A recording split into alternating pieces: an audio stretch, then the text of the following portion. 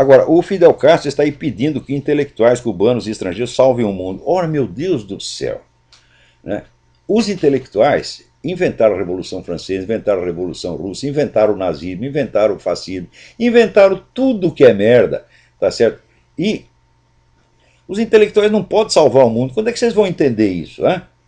Veja, quando as pessoas me perguntam o que deve fazer, outro dia eu mesmo recebi um convite de uma fundação para participar aí de uma obra coletiva que será publicada sobre o tema Como deve ser a economia numa sociedade justa.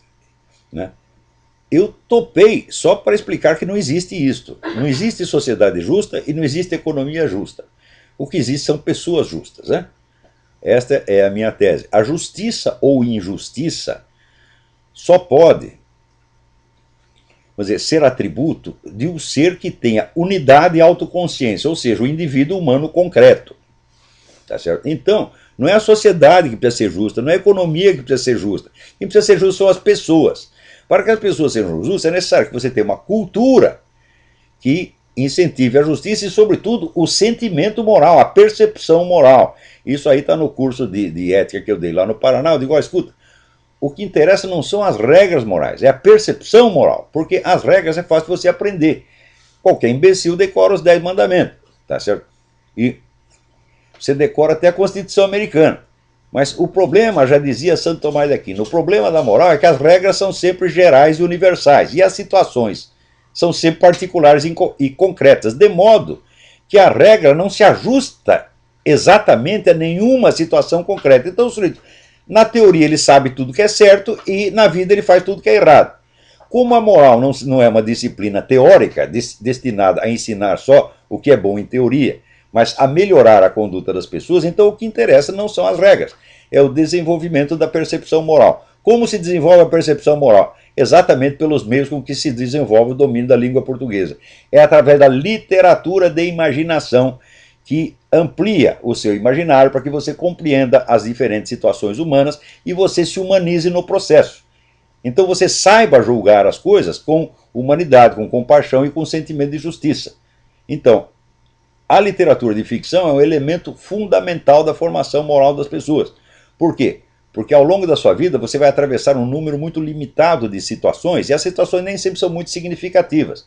Mas na literatura universal você está exemplificada toda a gama de situações humanas possíveis. E, note bem, depois de você ler muita literatura, você vai perceber aquilo que percebeu o Northrop Frye, o grande crítico canadense. Ele disse, mas os modelos esquemáticos de todas essas situações já estão dados na Bíblia. E estão mesmo. Daí você vai dizer, então por que o cara não lê a Bíblia direto? É muito simples, meu filho. Na Bíblia estão lá de maneira demasiado esquemática e compacta. Tá certo? Então, também não serve. Eu conheço gente que, esses pastores protestando no Brasil, lê a Bíblia o dia inteiro. E daí vai pra televisão, cada um xingar o outro. Você é adúltero, você é ladrão, você fez isso, você fez aquilo. Porra. Isso é a moral deles, pô. O que é isto? E depois, ainda, não está o homem lá da Igreja Universal, ele lê a Bíblia o dia inteiro e ele fica fazendo campanha pro aborto e campanha pro PT. Então o que é isso aí? Isso é falta de sensibilidade moral. O cara sabe a regra certa, mas ele não compreende as situações reais da vida. Por exemplo, ele pode ver aquele filme, O Grito do Silêncio, e ele vê o bebê gritando de dor e de horror ao ser retalhado, e ainda assim ele não percebe que o bebê é um ser humano, que sente as coisas como ele.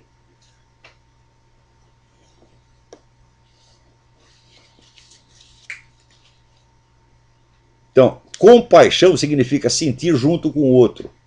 É através da imaginação que você desenvolve a sua compaixão. E esta é a regra básica da moral. Ama teu próximo como a ti mesmo.